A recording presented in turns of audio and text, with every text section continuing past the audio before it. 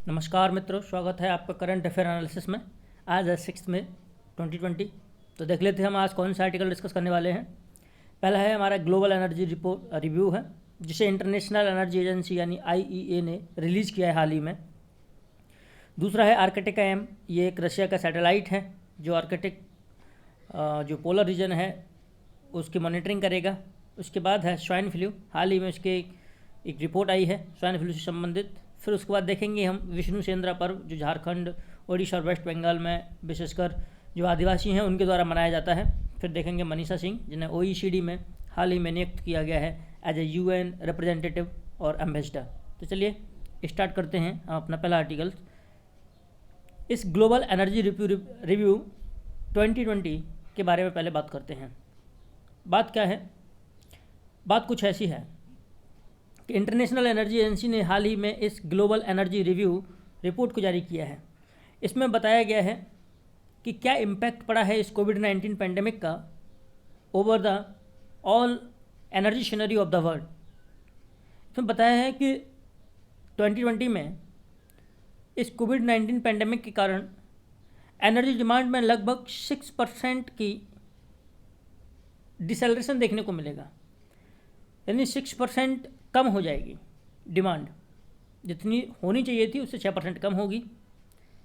और बताया ये जा रहा है कि एनर्जी के जितने भी सेक्टर हैं उन सभी में कमी महसूस की जाएगी, लेकिन रिन्यूएबल एनर्जी एक ऐसा सेक्टर है और ऐसा रहा है जिसमें उम्मीद है कि जो डिमांड है वो डिक्रीज नहीं होगी, उसमें ग्रोथ को रिपोर्ट किया जाएगा। उसका कारण ये है कि ऑलरेडी पहले से ही जो इंस्टॉल्ड कैपेसिटी है वहाँ प्रोडक्शन हो रहा है, और पहले से जो ऑर्डर दिए गए हैं एनर्जी प्रोडक्शन के, उसके लिए भी प्रोडक्शन हो रहा है। तो रिन्यूएबल एनर्जी ही सिर्फ ग्रोथ देख पा रही है। बाकी 2020 में जो कोविड-19 पेंडेमिक की स्थिति में ऐसा हो रहा है कि एनर्जी के सभी सेक्टर, चाहे वो थर्मल हो चाहे वो न्यूक्लियर हो, जनरली ये सब के सब क्या देख रहे हैं, ये इन सब के सब में डिमांड में डिक्रीज देखने को मिली है। और सबसे ज़्यादा जो हिट हार्ड सेक्टर है, सबसे ज़्यादा जिस सेक्टर को क्षति पहुंची है, वो सेक्टर तो ग्लोबल कोल डिमांड को लेकर के है।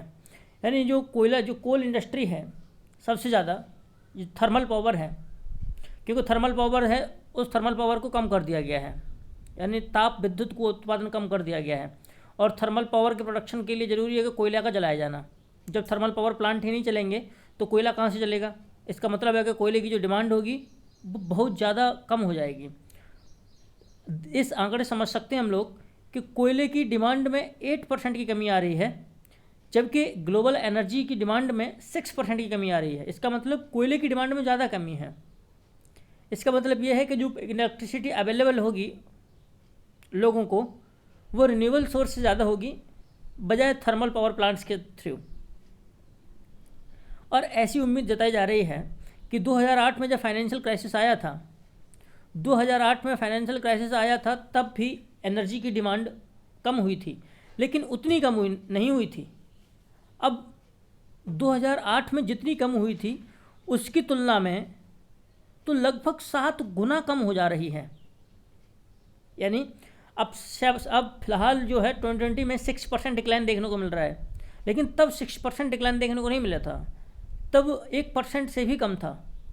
अर्थात 2008 में जितनी एनर्जी की डिमांड कम हुई थी उससे 7 गुना ज़्यादा कम हो रही है 2020 में। और जो पिछले 5 साल हैं, पिछले 5 सालों में एनर्जी की डिमांड में जो ग्रोथ देखी गई थी, उस पूरे के पूरे सिनेरियो को ही उलट के रख दिया है इस पेंडेमिक के चलते।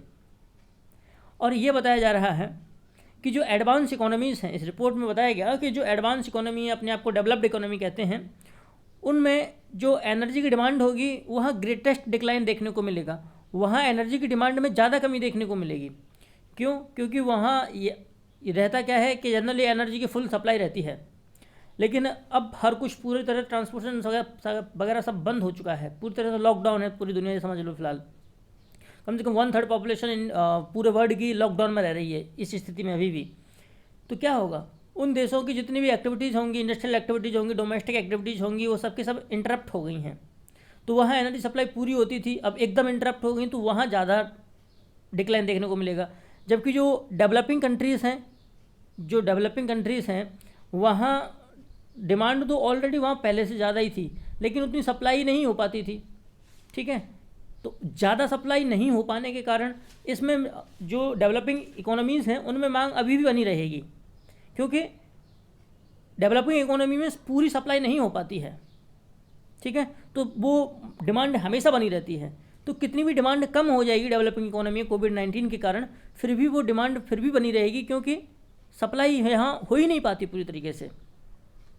और इंडिया के बारे में बताया गया है, इंडिया के बारे में कहा गया है कि इंडिया में ऐसा पहली बार देखा गया है कि जब एनर्जी की डिमांड में डिक्लाइनेशन देखा जाएगा, एनर्जी की डिमांड कम होगी।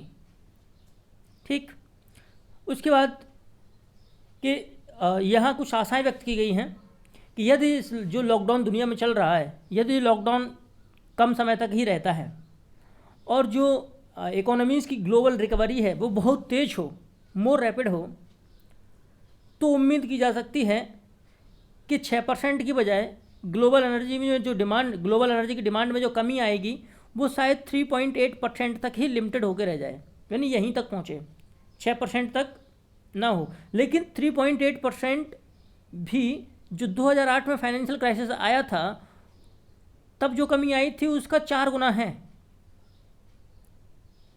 ठीक, यानी कितनी भी हम बेहतरीन रिकवरी करने की कोशिश कर रहे हैं, लॉकडाउन को कम करने की कोशिश करें कि हमारी इकोनॉमी बूस्ट करेंगे, तब भी ग्लोबल एनर्जी डिमांड में 3.8% की कमी देखने को मिलेगी, ऐसा ग्लोबल एनर्जी रिव्यू रिपोर्ट में इंटरनेशनल एनर्जी एजेंसी ने बताया गया। और इसके कारण क्या हुआ है कि जब कोयला जल नहीं रहा है, एनर्जी प्रोडक्शन नहीं हो रहा है, तो कार्बन डाइऑक्साइड का जो एटमॉस्फेयर में जो लेवल है वो काफ़ी ड्रॉप हो गया है। और लगभग बताया जा रहा है कि 2020 में 8% की कमी देखी जाएगी, यानी 8% का डिक्लेरेशन हो जाएगा कार्बन डाइऑक्साइड में। जो एमिशन होता है टोटल वायुमंडल में, जैसे मान लीजिए अगर 100% होता था तो 2020 में होगा कितना, सिर्फ 92% हो पाएगा। क्यों? क्योंकि जो थर्मल पावर जनरेशन है वो जन्म ही नहीं ले रही है, ट्रांसपोर्टेशन बिल्कुल रुक गया है। जनरली ट्रांसपोर्टेशन फॉसिल फ्यूल्स पर चलते हैं, जीवाश्म ईंधनों पर चलते हैं, इसलिए ईंधनों की डिमांड में ही कमी है, टोटल एनर्जी की डिमांड में ही कमी है। तो जब इंजन चलेंगे ही नहीं, फैक्ट्री चलेंगे ही नहीं, तो एमिशन कहाँ से होगा? तो कार्बन डाइऑक्साइड का उत्सर्जन भी लगभग 8% गिर जाएगा। अब हम बात करते हैं इस इंटरनेशनल एनर्जी एजेंसी के बारे में। आपने OECD का नाम तो सुना ही होगा। तो OECD के मेंबर्स के पहल पर ही इसको स्थापित किया गया था, OECD। ठीक है, अगर आप चाहते हैं OECD हम पहले डिस्कस कर लें तो पहले OECD डिस्कस कर लेते हैं। देखिए OECD है क्या, सितंबर 1961 में बनाया गया था, सितंबर 1961 में। ये एक इंटर गवर्नमेंटल इकोनॉमिक ऑर्गेनाइजेशन है, यानी जो OECD है एक्चुअल में, OECD की फुल फॉर्म आप लोग को पता होना चाहिए, Organisation for Economic Cooperation and Development. ठीक है, तो जो OECD है एक इंटर गवर्नमेंटल इकोनॉमिक ऑर्गेनाइजेशन है, यानी इस ऑर्गेनाइजेशन का उद्देश्य ही आर्थिक है। फिलहाल वर्तमान में इसमें 37 मेंबर हैं, 37 मेंबर हैं, और हाल ही में इसका जो 37वां सदस्य बना है वो 28 अप्रैल 2020 में ही बना है। किसको? कोलंबिया को इसकी सदस्यता दी गई है। लेकिन ध्यान रखने वाली बात है, नॉर्थ अमेरिका से भी कंट्री हैं, साउथ अमेरिका से भी कंट्री हैं, यानी नॉर्थ अमेरिका कंटिनेंट से भी हैं, साउथ अमेरिका कंटिनेंट से भी हैं, यूरोप से भी हैं, एशिया से भी हैं।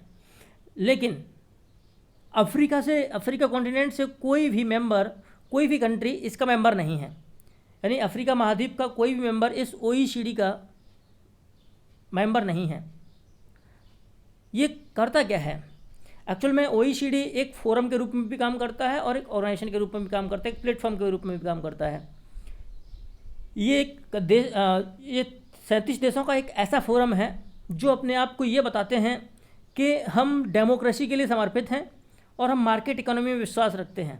यानी कुल मिलाकर के इसमें वो देश ज़्यादातर शामिल हैं जो अपने आप को मार्केट इकोनॉमी और अपने आप को लोकतंत्र का मसीहा घोषित करते हैं, और जहाँ कहीं और हर समय लोकतंत्र की बात करते हैं। हालांकि कितना है ये तो अलग बात है, लेकिन फिर भी अपने आप को ये कहते हैं कि we are very committed to democracy and the market economy. बाजार अर्थव्यवस्था के अपने आप को ये सर्वश्रेष्ठ मानते हैं। और OECD के मेंबरों की खास बात क्या है? तो खास बात यह है कि इसके जो मेंबर हैं वो सबके सब हाई इनकम इकोनॉमीज़ हैं, यानी यहाँ जो देशों के पास जो आय है जो पर कैपिटा नेशनल इनकम है वो बहुत ज़्यादा है, प्रति व्यक्ति राष्ट्रीय आय बहुत ज़्यादा है। और ह्यूमन डेवलपमेंट इंडेक्स में HDI का स्कोर भी इन देशों का ज़्यादा है, ठीक। और OECD के जितने भी कंट्रीज़ हैं जनरली उनको डेवलप्ड कंट्रीज़ की श्रेणी में रखा जाता है, ठीक है। तो जो OECD जो मुख्य रूप से संगठन है वो इकोनॉमिक ऑर्गेनाइजेशन है और स्पेशली डेवलप्ड कंट्रीज़ का है, जो मुख्य रूप से डेमोक्रेसी यानी लोकतंत्र और मार्केट इकोनॉमी की ओर अपने आप को समर्पित करते हैं। स्थापित कब हुआ? स्थापित 1961 में। इसका मुख्यालय कहाँ है? पेरिस, फ्रांस में। इसको सेटअप क्यों किया गया? तो सेटअप करने के इसके उद्देश्य तो बहुत थे, लेकिन 2 उद्देश्य हम बेसिक समझ लेते हैं। पहली बात तो ये है कि 1945 में जब द्वितीय विश्व युद्ध समाप्त हुआ था तो पूरा का पूरा यूरोप का पूरा विश्व ही विध्वंस की स्थिति में पहुंच गया था, पूरी तरह ध्वस्त हो गई थी सारी इकोनॉमी। तो उस स्थिति में यूरोप को बूस्ट करने के लिए, यूरोप की इकोनॉमी को बूस्ट करने के लिए मार्शल प्लान लेके आया गया था। तब एक छोटा सा ऑर्गेनाइजेशन बनाया गया। फिर यही ऑर्गेनाइजेशन बाद में 1948 में बनाया गया था ये ऑर्गेनाइजेशन, लेकिन यही बाद में 1961 में OECD के रूप में परिवर्तित हो जाता है, ठीक है। तो इसका शुरुआती उद्देश्य क्या था कि पूरे विश्व में, अब तो पूरे विश्व की बात करते हैं, पहले ये सिर्फ यूरोप की ही बात करते थे, यूरोप या फिर जहाँ मेंबर कंट्री होते थे इनके वहाँ तक ही। लेकिन अब ये पूरे विश्व की बात करते हैं तो पूरे विश्व में इकोनॉमिक प्रोग्रेस यानी आर्थिक प्रगति और वर्ल्ड ट्रेड यानी विश्व व्यापार को बढ़ावा देना, स्टिमुलेट माने बढ़ावा देना। और क्या है, एक ऐसा प्लेटफॉर्म प्रोवाइड करना जिससे कि मेंबर कंट्री जो पॉलिसी के एक्सपीरियंस उनको प्राप्त हो रहे हैं उनकी तुलना कर पाएँ कि उन कौन सी पॉलिसी बेहतर काम कर रही है। और कोई पूरे विश्व की कुछ ना कुछ कॉमन प्रॉब्लम्स रहती हैं कि डिमांड को कैसे बढ़ाया जाए, निवेश को कैसे बढ़ाया जाए, ग्रोथ कैसे लाई जाए। तो उन कॉमन प्रॉब्लम्स के आंसर्स प्राप्त करने की कोशिश की जाती है इस प्लेटफॉर्म पर। और क्या है कि पूरी दुनिया में जो गुड प्रैक्टिसेस हैं उनको फॉलो करने की कोशिश की जाती है। और डोमेस्टिक एंड इंटरनेशनल पॉलिसीज़ यानी जो घरेलू और अंतर्राष्ट्रीय जो नीतियां हैं उनमें कोऑर्डिनेट स्थापित करने का यानी समन्वय स्थापित करने का प्रयास करता है OECD, ठीक है। तो हाल ही में एक चीज़ और यहीं डिस्कस कर लेते हैं। हाल ही में क्या हुआ है कि OECD में as a representative, US representative इन मनीषा सिंह को डिप्लॉय किया है डोनाल्ड ट्रंप के द्वारा, ठीक है। मनीषा सिंह कौन है? मनीषा सिंह इंडिया ओरिजिन के यानी इंडिया ओरिजिन की लेडीज़ हैं, भारत से संबंधित हैं, जिनको Organisation for Economic Cooperation and Development में एज ए रिप्रेजेंटेटिव नियुक्त किया गया है इसे। तो ये बस इसीलिए खबरों में है मनीषा सिंह, और इसीलिए हमने OECD देखा। लेकिन अब हम बात करते हैं अपने मेन टॉपिक की, जो था एनर्जी रिव्यू रिपोर्ट के बारे में, जिसे इंटरनेशनल एनर्जी एजेंसी ने रिलीज़ किया था, ठीक है। तो हमको इस एजेंसी की चर्चा करनी थी। इंटरनेशनल एनर्जी एजेंसी एक्चुअल में क्या था? ये भी एक क्या है, एक ऑटोनोमस इंटर गवर्नमेंटल ऑर्गेनाइजेशन है, यानी अंतर सरकारी संगठन है, स्वायत्त अंतर सरकारी संगठन। और ये 1974 में स्थापित की गई थी under the framework of OECD, यानी OECD के ढांचे के तहत स्थापित की गई थी। जनरली OECD के जो मेंबर होते हैं वही IEA के मेंबर हो पाते हैं, ठीक है। तो OECD के मेंबर होंगे तभी आप इंटरनेशनल एनर्जी एजेंसी के मेंबर होंगे। जैसे इंडिया है, तो इंडिया क्या है, इंडिया OECD का मेंबर नहीं है, क्योंकि इंडिया डेवलप्ड कंट्री में नहीं है और हाई इनकम कंट्री भी नहीं है, ठीक है। तो OECD का मेंबर नहीं हो सकता, OECD का मेंबर नहीं है, इसलिए इंटरनेशनल एनर्जी एजेंसी का भी इंडिया मेंबर नहीं है, सिर्फ एसोसिएट मेंबर का दर्जा प्राप्त है, यानी सहायक मेंबर है, पूरी तरह मेंबर नहीं है, ठीक। इसको स्थापित 1974 में किया गया था। 1974 में क्यों किया गया था? एक्चुअल में 1970 के दशक में क्या हुआ था, 1973 में विशेषकर ऑयल क्राइसिस आ गया था। 1973 में all over the world oil crisis आया था, पूरी दुनिया में तेल संकट आ गया था। तेल संकट आने का कारण क्या था? उस समय क्या चल रहा था कि जो इजराइल था, इजराइल और अरब राष्ट्रों में युद्ध चल रहा था। इजराइल और जो अरेबियन कंट्रीज़ थे उनमें युद्ध चल रहा था। इससे क्या हुआ था कि जो मोस्ट ऑफ कंट्रीज, विश्व के अधिकांश देश थे, उन्होंने इजराइल का समर्थन किया था। और इससे क्या हुआ कि जो अरब राष्ट्र थे या मध्य पूर्व के, मिडिल ईस्ट के जो कंट्री थे या खाड़ी के जो देश थे, अरब राष्ट्र कहो आप उनको या मध्य पूर्व के देश को या खाड़ी के देश को, लगभग बात एक ही होती है, हालांकि माइन्यूट अंतर है इसमें, लेकिन वो फिलहाल अभी हमको ध्यान नहीं रखना है, ठीक। तो वो एक ही बात है, अरब कंट्री कहो या खाड़ी के देश कहो या मध्य पूर्व के देश कहो या पश्चिमी एशिया के देश कहो, एक ही बात होती है, ठीक है। तो इन खाड़ी के देशों में और इजराइल के बीच में युद्ध हो रहा था। इजराइल का अधिकांश देशों ने समर्थन कर दिया, तो अरब कंट्री जो थे वो नाराज़ हो गए। उन्होंने क्या किया, उन्होंने एक कार्टेल बनाया। एक उनके पास पहले से ही ओपेक तो था ही, ओपेक की बैठक बुलाई, और ओपेक की बैठक बुलाने के बाद उन्होंने क्या किया कि ये निर्णय लिया कि हम जो ग्लोबल जो ऑयल एक्सप्लोरिंग है, जो ऑयल की सप्लाई है या पेट्रोलियम की सप्लाई है, उसको काफ़ी कम कर देते हैं। तो इसलिए ओपेक कंट्री ने क्या किया कि जो पेट्रोलियम की सप्लाई थी पूरे विश्व के लिए कम कर दी। इससे हुआ क्या कि पूरी दुनिया में ऑयल क्राइसिस आ गया और तेल की कीमतें आसमान छूने लगीं। उस स्थिति में, ऐसी स्थिति फिर कभी ना आ पाए, ऐसी स्थितियों से निपटने के लिए ही OECD के फ्रेमवर्क के अंतर्गत इंटरनेशनल एनर्जी एजेंसी को स्थापित किया गया था। कब किया गया था? 1974 में। अब इसका मिशन क्या है? तो मिशन क्या होगा? To ensure reliable, affordable and clean energy for its member countries and beyond. यानी ऐसा नहीं है कि ये सिर्फ मेंबर कंट्रीज़ के लिए ही ये सब काम करती है, यानी इसका जो काम है वो एक reliable, affordable and clean energy, reliable को बोल सकते हैं विश्वसनीय, अफोर्डेबल वहनीय, क्लीन में स्वच्छ ऊर्जा को सुनिश्चित करना अपने मेंबर कंट्रीज़ के लिए, और अपने मेंबर कंट्रीज़ के अलावा भी जो मेंबर कंट्रीज नहीं हैं इसके, उनको भी सहायता देती है, लेकिन उतनी सहायता नहीं दे सकती जितनी कि अपने मेंबर कंट्रीज़ को देती है। इसका हेडक्वार्टर कहाँ है? पेरिस, फ्रांस में है, क्योंकि पेरिस में ही और फ्रांस में ही क्या था? OECD का हेडक्वार्टर था, तो वहीं है। इसके इंटरनेशनल एनर्जी एजेंसी के टोटल जो मेंबर हैं वो 30 हैं, ये बात ध्यान रखें, और OECD के मेंबर 37 हैं। यानी कुल मिलाकर के भी देखे जाए तो कम से कम 7 मेंबर बचे हुए हैं जिन्हें इंटरनेशनल एनर्जी एजेंसी का मेंबर बनना चाहिए। अब IEA के फंक्शन कौन कौन से हैं? IEA के फंक्शन क्या हैं? अपने मेंबर्स को हेल्प करना, जिससे कि मेजर ऑयल सप्लाई डिसरप्शन अगर कभी पैदा हो जाए, बहुत बड़ी तेल का सप्लाई रुक जाए अगर बाई चांस, तो उससे वो निपट सकें, जैसे उसको वो रिस्पॉन्ड कर पाएँ, ठीक है। और उन सभी उद्देश्यों को पूरा करते रहना जिन्हें वो 1973 से फुलफिल करती आ रही है। यानी 1973 स्थापित 1974 में हुआ था, लेकिन 1973 के संकट के कारण जो उद्देश्य उसको दिए गए थे उनको करने का काम वो अभी भी पूरा कर रही है, ठीक। और क्या करती है? पूरे विश्व भर में IEA क्या करता है कि पूरे विश्व भर में जो ग्लोबल एनर्जी के की ट्रेंड्स होते हैं, यानी जो मुख्य प्रवृत्तियाँ रहती हैं वैश्विक ऊर्जा में कि घट रही है, कम हो रही है, क्या कैसे चल रहा है मामला, उनको ट्रैक करती है, उनको जानने की कोशिश करती है, उनका विश्लेषण करती है, और क्या है, एक जो साउंड एनर्जी पॉलिसी है, मजबूत ऊर्जा नीति को प्रमोट करने का प्रयास करती है।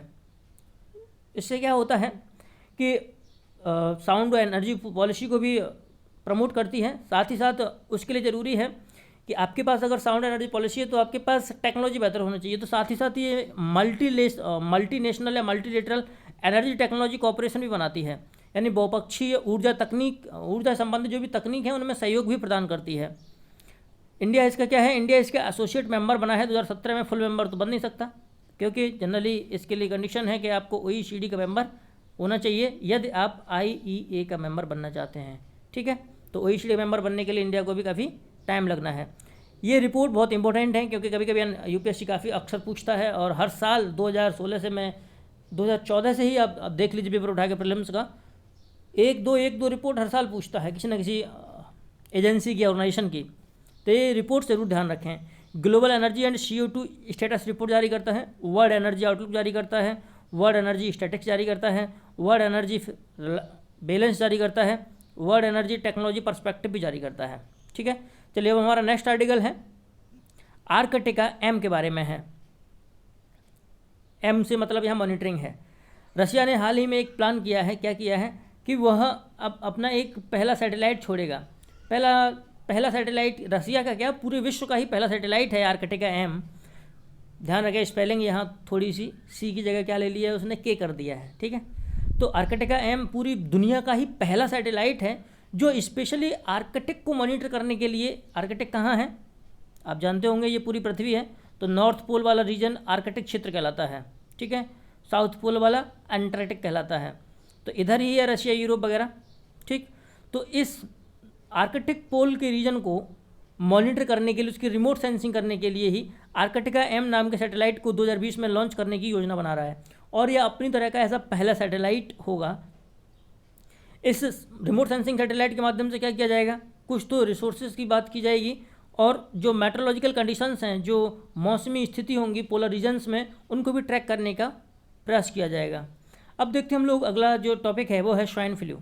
हाल ही में national centre for disease control यानी NCDC ने एक रिपोर्ट जारी की है, हेल्थ मिनिस्ट्री की वेबसाइट पर आप इसे देख सकते हैं, जिसमें बताया गया है कि इंडिया के 5 जो स्टेट्स हैं, कौन कौन से 5 स्टेट्स है, यूटी जो भी हो, महाराष्ट्र, गुजरात, राजस्थान, दिल्ली और तमिलनाडु। ये 5 ऐसे हैं, फिर से सुने, महाराष्ट्र, गुजरात, राजस्थान, दिल्ली, तमिलनाडु। ये 5 ऐसे हैं कि स्वाइन फ्लू के इंडिया में जितने भी मामले आते हैं उनका मेजर पोर्शन यही शेयर कर लेते हैं। यानी सबसे ज़्यादा मामले इंडिया के इन्हीं 5 राज्यों में और यूटी में आते हैं। 4 राज्य हैं, एक यूटी है, दिल्ली एक यूटी है, ठीक है। अब होता क्या है, इसमें ये बताया गया है कि ऐसा मतलब ट्रेंड बताया गया है कि ऐसा क्यों है। एक्चुअल में क्या होता है कि इंडिया में जो स्वाइन फ्लू है रीजन वाइज क्रिएट होता है। जैसे मान लीजिए ये इंडिया है, ठीक है। नॉर्दर्न इंडिया में जो होता है वो गर्मी के टाइम पर होता है, यानी उत्तरी भारत में जो स्वाइन फ्लू क्रिएट होता है वो गर्मी के टाइम पर होता है, जबकि पश्चिमी इंडिया में और सदर्न इंडिया में, यानी वेस्टर्न इंडिया में और सदर्न इंडिया में, दक्षिणी भारत में सर्दी के टाइम पर स्वाइन फ्लू क्रिएट होता है। तो ये स्वाइन फ्लू अब ऐसा नहीं है कि पूरे वर्ष भर चलता हो, लेकिन सीजनल हो गया है। ये सबसे बड़ी दिक्कत वाली बात है। यानी जब भी उत्तर भारत में गर्मी आती है और पश्चिम भारत, दक्षिण भारत में ठंडी आती हैं, तब ये स्वाइन फ्लू जन्म ले लेता है। स्वाइन फ्लू क्या है? स्वाइन फ्लू H1N1 वायरस से होता है। एक्चुअल में क्या है कि जो स्वाइन फ्लू है, ये स्वाइन फ्लू इसलिए इसको स्वाइन फ्लू कहा जाता है कि सबसे पहले इसको ये सूअरों में पाया जाता है, फिर सूअरों से ये ह्यूमन में ट्रांसमिट होता है, फिर ह्यूमन टू ह्यूमन इसका ट्रांसमिशन होना स्टार्ट हो जाता है। कोई भी बीमारी जिसमें क्या हो कि जो जनरली इन्फेक्शियस हो और वो लार थू जो छींकने से फैल जाती हो, वो फ्लू बन जाती है, ठीक है। फ्लू का मतलब ये होता है। अब इसमें भी ऐसा ही होता है, लेकिन ये सूअर से फैलती है, इसलिए इसको स्वाइन फ्लू कह देते हैं। अब जो फ्लू होने के लिए एक वायरस जिम्मेदार है, इसको बोलते हैं इन्फ्लुएंजा वायरस, ठीक है। फ्लू होने के लिए, कोई भी फ्लू होने के लिए इन्फ्लुएंजा वायरस जिम्मेदार होता है। अब इन्फ्लुएंजा वायरस 7 प्रकार के इन्फ्लुएंजा वायरस होते हैं, जैसे ABCDEFG, ठीक है। तो इससे क्या होता है कि इन्फ्लुएंजा वायरस का टाइप A और वायरस टाइप A का H1N1, यानी 7 इन्फ्लुएंजा के वायरस के 7 टाइप होते हैं। उनमें से टाइप A का भी सब टाइप H1N1 स्वाइन फ्लू के लिए जिम्मेदार है, ठीक है। यानी अगर आपसे पूछा जाए, ये एक बार शायद पूछा गया है स्वाइन फ्लू किस वायरस से होता है, तो H1N1 शायद 2015 में प्रीलिम्स में पूछा गया था, ठीक है। ये एक इन्फेक्शियस डिजीज, जनरली जो वायरस से डिजीज होती हैं वो इन्फेक्शियस ही होती हैं, यानी संक्रामक रोग होते हैं, अर्थात वो एक दूसरे से दूसरे व्यक्ति को टच करने पर या फिर किसी भी माध्यम से वो फैल जाते हैं। इसका नाम क्यों पड़ा है? तो नाम सिंपल सी बात है, क्योंकि ये पहले सूअर्स में यानी पिग्स में या स्वाइन में पहले क्रिएट होता है। जनरली होता तो ये है कि जब ये सूअरों में होता है तो नॉर्मल तौर पर सूअर से ये मनुष्य में नहीं आता है, लेकिन कई बार ऐसा होता है कि सूअर का मांस खाने पर या उसके ज़्यादा कांटेक्ट में रहने पर ये ह्यूमन में आ जाता है। लेकिन ख़तरनाक बात यह है कि ये वायरस कंटेजियस होने के साथ साथ ह्यूमन टू ह्यूमन ट्रांसमिशन कर जाता है, यानी मानव से मानव में भी फैल जाता है। ऐसा नहीं कि सूअरों से ही मनुष्य में फैलेगा, बल्कि जब एक बार मनुष्य में हो जाए तो मनुष्य में फैल जाता है, ठीक। जो स्वाइन फ्लू है, ये हम लोग क्या बोल सकते हैं, इसे जूनोसिस बोल सकते हैं कि नहीं बोल सकते? क्योंकि जूनोसिस का मतलब होता है ऐसी बीमारियां जो पशुओं से पैदा होकर के मनुष्य में आती हैं, ठीक है, उनको जूनोसिस बोलते हैं। और एक साथ बोलें, 2 शब्दों में बोलें अगर जूनोसिस को, तो जूनोटिक डिजीज़, ठीक है। इसके लक्षण क्या होते हैं स्वाइन फ्लू में? स्वाइन फ्लू में जनरली वही लक्षण होते हैं जो जैसे किसी भी जो रेगुलर ह्यूमन फ्लू होता है उसमें लक्षण दिखाई देते हैं।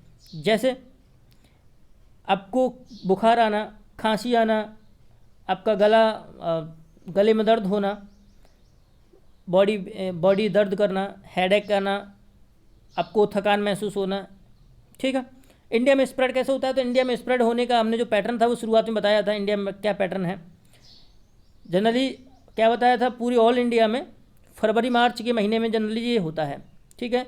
लेकिन नॉर्दर्न इंडिया में स्पेशली ये समर सीजन में फैलता है स्वाइन फ्लू, सीजनल हो चुका है इंडिया में, ये बात ध्यान रखें, ठीक। और जो वेस्टर्न इंडिया है और साउथ इंडिया है, यानी वेस्टर्न और साउथ इंडिया में ये अब विंटर जो सीजन होता है उस समय फैलता है। हम लोग एक कंपैरिजन देख लेते हैं स्वाइन फ्लू और कोविड-19 के बारे में कि स्वाइन फ्लू और कोविड-19 में क्या संबंध है, क्योंकि कभी कभी सवाल पूछ लिया जाता है। जैसे 2019 में हेपेटाइटिस से संबंधित पूछा गया था, बिल्कुल एकदम आपस में तुलना करके पूछा गया था उनका। ठीक है, तो पहली बात तो यह है कि दोनों ही वायरस से ओरिजिन होते हैं, दोनों ही वायरस से संबंधित बीमारियां हैं, पहली समानता ये है। लेकिन दोनों के वायरस अलग अलग हैं। कैसे? अलग अलग फैमिली से आते हैं। क्यों? क्योंकि जो कोविड-19 जो डिजीज़ हुई है वो कोरोना फैमिली से हुई है, कोरोना फैमिली के वायरस से हुई है। ठीक है, और कोरोना फैमिली के उस वायरस का नाम है SARS-CoV-2। ठीक, जबकि जो इन्फ्लुएंजा होता है, जबकि जो स्वाइन फ्लू होता है वो इन्फ्लुएंजा वायरस फैमिली से होता है, और उसके लिए जो स्पेशल वायरस जिम्मेदार है वो है H1N1। यानी ध्यान रखें, स्वाइन फ्लू एक बीमारी है, इन्फ्लुएंजा वायरस एक वायरस का बड़ा टाइप है, उसका एक जो टाइप है, स्पेशली सब टाइप है इन्फ्लुएंजा का H1N1, ये वायरस स्पेशली स्वाइन फ्लू के जिम्मेदार होता है। ठीक है,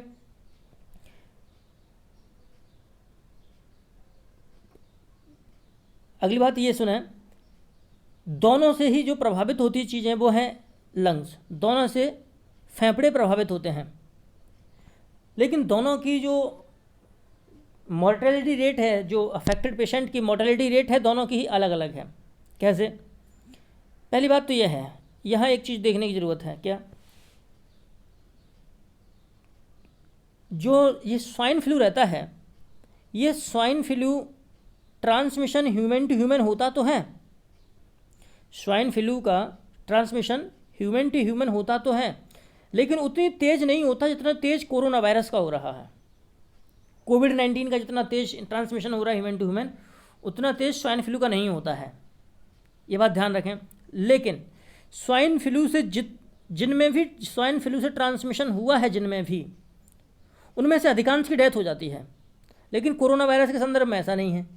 कोरोना वायरस फैलता जल्दी ज़रूर है, लेकिन मारता लोगों को नहीं है, जबकि स्वाइन फ्लू फैलता धीरे धीरे है या बहुत कम फैलता है, लेकिन जिसमें भी फैलता है उसकी जान लेने पर उतारू रहता है हर समय। और ख़ास बात क्या है, कोरोना वायरस से 60 साल से अधिक के व्यक्ति ज़्यादा प्रभावित हो रहे हैं। बच्चे और जो जवान हैं उन पर कम प्रभाव पड़ रहा है, या महिलाओं पर भी कम प्रभाव पड़ रहा है। लेकिन स्वाइन फ्लू के आगे सब बराबर हैं, चाहे बच्चे हों, महिलाएं हों, बूढ़े हों, जवान हों, वो सबको एक निगाह से देखता है, यानी भेदभाव नहीं करता है, सबकी बराबर जान लेता है। अब बात करते हैं एक हाल ही जो रीजनल फेस्टिवल है, एक पर्व जिसे बोलते हैं, जिसका नाम है विष्णु चंद्रा पर्व। ये क्या है? ये आदिवासियों का एक एनुअल हंटिंग फेस्टिवल है। यानी यह इस फेस्टिवल के दौरान आदिवासी जंगलों में जाते हैं और जंगलों में जाकर के पशुओं का शिकार करते हैं। लेकिन इस बार जब से ये महोत्सव शुरू हुआ होगा, जब से फेस्टिवल शुरू हुआ होगा, तब से लेके अब तक ये पहली बार ऐसा हो रहा है कि ये फेस्टिवल बिना किसी जानवर को मारे मनाया गया। क्यों? क्योंकि अधिकांश राज्यों में, यानी जिन राज्यों में मनाया जाता है, झारखंड है, उड़ीसा है, वेस्ट बंगाल है, इन 3 राज्यों में विशेषकर इन आदिवासियों द्वारा ये मनाया जाता है, और इन तीनों में ही लॉकडाउन है। तो लॉकडाउन की स्थिति में कोई भी जनजाति समूह या आदिवासी व्यक्ति जंगलों में जाने के योग्य नहीं रहा, बाहर ही नहीं जा पाया, जिससे कि वो जानवर को नहीं मार सका।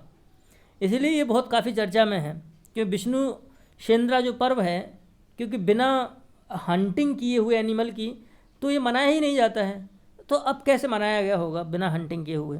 ठीक है, तो आज के लिए हमारे इस करंट अफेयर एनालिसिस डिस्कशन में इतना ही है। यदि आपको वीडियो पसंद आया हो तो शेयर, लाइक, सब्सक्राइब जरूर करें। आपका बहुत बहुत धन्यवाद। जय हिंद।